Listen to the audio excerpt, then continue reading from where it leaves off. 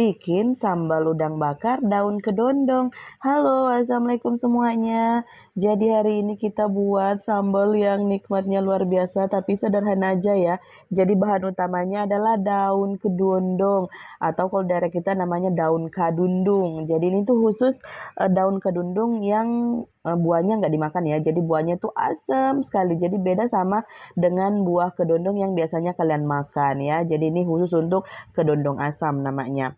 Nah ini karena ini juga sambal yang sehat, jadi nggak ada perminyakan, semuanya dibakar.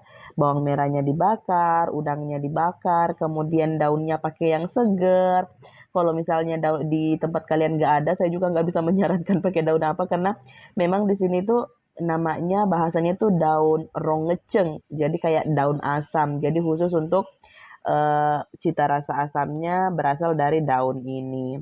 Nah setelah cabenya ditumbuk, kemudian bawang merah yang dibakar juga udah masuk, kita masukin si udang bakar.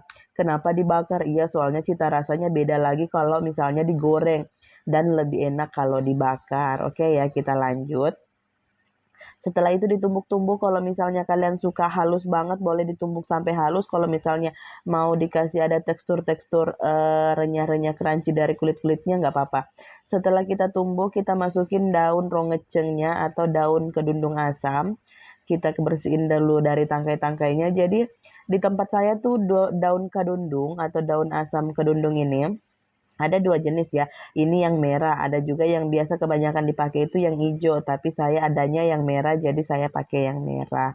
Nah ini kita tumbuk-tumbuk, kita pastiin semuanya. Oh iya jangan lupa ya, taruh garam micin, karena kalau tanpa garam micin apalah rasanya, seenak apapun itu nggak akan nikmat kalau hambar nggak ada garam micinnya. Oke ya, kalau misalnya kalian nggak pakai micin, kalian boleh pakai penyedap, itu nggak masalah. Oke lanjut, karena kita tim tumbuk-tumbuk, jadi kita tumbuk-tumbuk sebenarnya boleh ngulek kok. Kalau misalnya kalian suka ngulek, boleh diulek aja.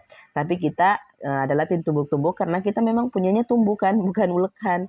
Kalau misalnya ada yang bilang boleh di blender, nggak tahu sih kalau misalnya kalian mau blender cocok apa enggak. Yang jelas ini direkomendasikan untuk ditumbuk-tumbuk, rasanya jauh lebih nikmat. Nah kalau misalnya sudah nyatu kayak gini, kecampur semua, kita masukin ke piring, kemudian siap disajikan. Boleh dimakan sama nasi, tapi hari ini spesialnya kita pakai pisang rebus. Dan pisang rebus ini juga adalah salah satu jenis pisang yang langka. Kalau misalnya di daerah saya namanya uti cere atau pisang